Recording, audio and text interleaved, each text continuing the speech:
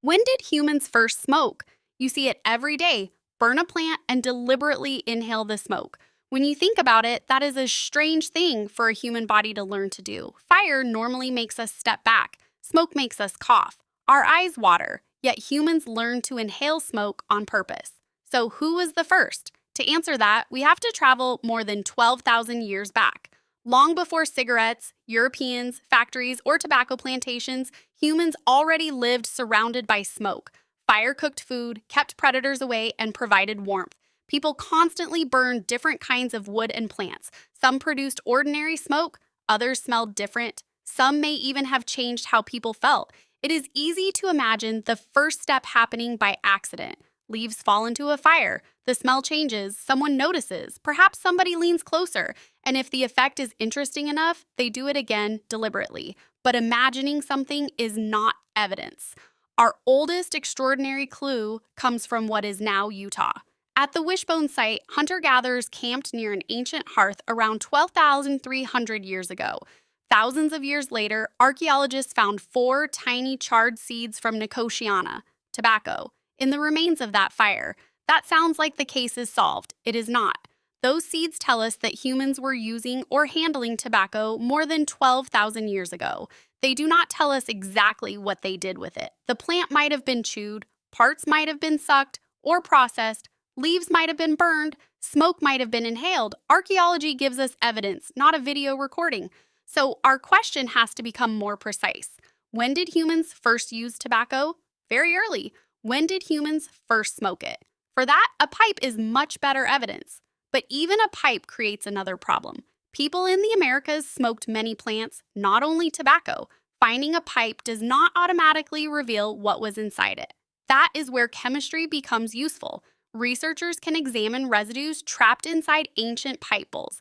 At the Bowsher site in Vermont, analysis of a pipe dating to roughly 300 BCE found chemical evidence consistent with nicotine. Other ancient pipes from North America also show that tobacco smoking existed long before Europeans arrived. Now we can reconstruct a much more specific behavior. Someone gathered a plant, prepared or dried it, placed it in a smoking device, lit it, and deliberately inhaled the smoke. So smoking tobacco was not a European invention. But another question immediately appears. Why tobacco? There are thousands of plants. Why did this one become so important? The answer is nicotine. Nicotine is a naturally occurring chemical produced by tobacco. For the plant, nicotine is not a gift to humans. It is part of a chemical defense.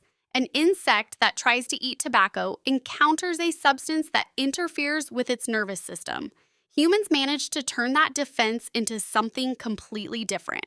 When nicotine is inhaled, it can move from the lungs into the bloodstream and reach the brain very quickly. It affects nicotinic receptors and reward circuits, including dopamine signaling. A user may feel more alert, and repeated exposure teaches the brain to associate nicotine with reward.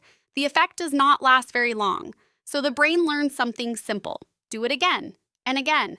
That helps explain how a plant's defense chemistry could become a human habit. But ancient tobacco use was not simply the prehistoric equivalent of somebody stepping outside for a cigarette break. For many indigenous societies in the Americas, tobacco could carry ceremonial, medicinal, social, and spiritual meanings. Different communities prepared plants differently. Some smoked tobacco, some chewed it, some used other preparations. Pipes could contain mixtures rather than one standardized product. There was no single ancient smoking culture. There were many cultures using powerful plants in different ways. Then Europeans arrived. In 1492, Columbus crossed the Atlantic. Europeans did not discover tobacco in the sense of inventing or first using it. They encountered peoples who already knew tobacco and smoking traditions well. Imagine being a European sailor and seeing someone deliberately draw smoke into the body for the first time. It must have looked bizarre. And naturally, some Europeans tried it. Tobacco crossed the Atlantic. At first, it was exotic. It was discussed as a curiosity and sometimes as medicine. Then it became trade. Ships carried it, merchants sold it, colonists cultivated it. In places such as Virginia and Maryland, tobacco became enormously important economically.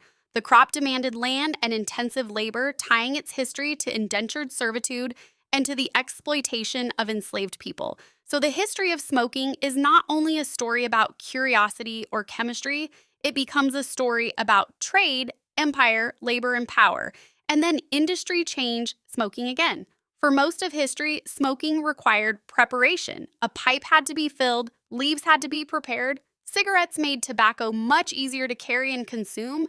Industrial production could manufacture enormous numbers of nearly identical cigarettes. Advertising then sold more than tobacco. It sold identities: sophisticated, glamorous, rugged, rebellious, relaxed. A behavior once tied to plants, smoke, and ritual became a mass commercial habit. So when did humans first smoke?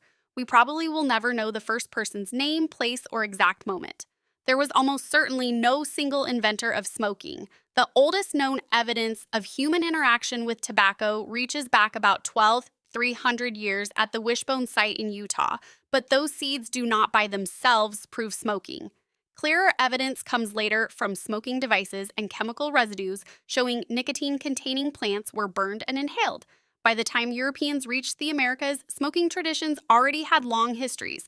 Europe did not invent smoking. It encountered existing practices and then helped turn tobacco into a global commodity.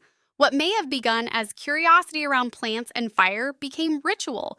Ritual became trade. Trade became industry. And industry helped turn nicotine use into a global habit, all from a plant that evolved a powerful chemical partly to defend itself from creatures trying to eat it. That strategy worked rather well on insects. Humans found another use entirely.